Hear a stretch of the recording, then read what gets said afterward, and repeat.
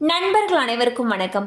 இன்னைக்கு நம்ம இந்த வீடியோல நகை கடன் வாங்கியவர்களுக்கு மிக முக்கியமான புதிய தகவல் வெளியாகியுள்ளது. ஸோ அதை பத்தி தான் இப்ப நம்ம பார்க்க போறோம்.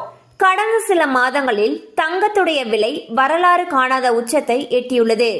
இதனால் பணம் தேவைப்பட்டால் பலர் தங்க நகை கடன் வாங்கி வருகின்றனர். தங்கத்தை அடமானம் வைத்து வங்கிகளில் கடன் பெறுகின்றனர். இருப்பினும் தனிநபர் கடன் வட்டி விகிதங்களுடன் ஒப்பிடும் பொழுது தங்க நகை கடன் வட்டி விகிதம் மிகவும் குறைவு.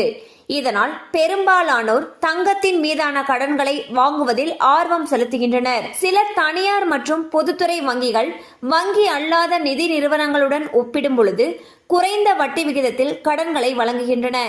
அவற்றில் இந்தியன் வங்கியின் தங்க நகை கடன் மற்றும் விவசாய கடன் 8.8% உள்ளது. மிகப்பெரிய பொதுத்துறை வங்கியான பாரத் ஸ்டேட் வங்கியில் தனிநபர் தங்க நகை கடனுக்கான வட்டி விகிதமானது 8.5% தொடங்குகிறது. இதுவே மிகப்பெரிய தனியார் துறை வங்கியான HDFC வங்கி தங்க நகை கடனுக்கான வட்டி விகிதங்களை 9.3% முதல் வழங்குகிறது. இருப்பினும் ICICI வங்கியில் தங்க நகை கடனுக்கான வட்டி விகிதம் 9.25% முதல் வழங்குகிறது.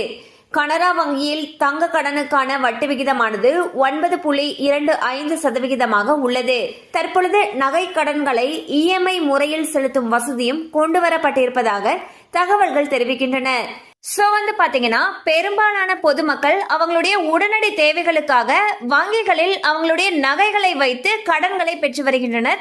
அந்த வகையில் நகை கடன்களை திரும்ப செலுத்துறதுக்கு EMI வசதி புதிதாக கொண்டு வரப்பட்டிருக்கிறதாக தகவல்கள் தெரிவிக்கின்றன. உங்களுக்கு மேலும் இது சம்பந்தமான அப்டேட்ஸ் தேவைப்படுச்சுன்னா உங்களுக்கு அருகில் இருக்கக்கூடிய வங்கி கிளையை அணுகி மேலும் விவரங்களை கேட்டு தெரிந்து கொள்ளலாம்.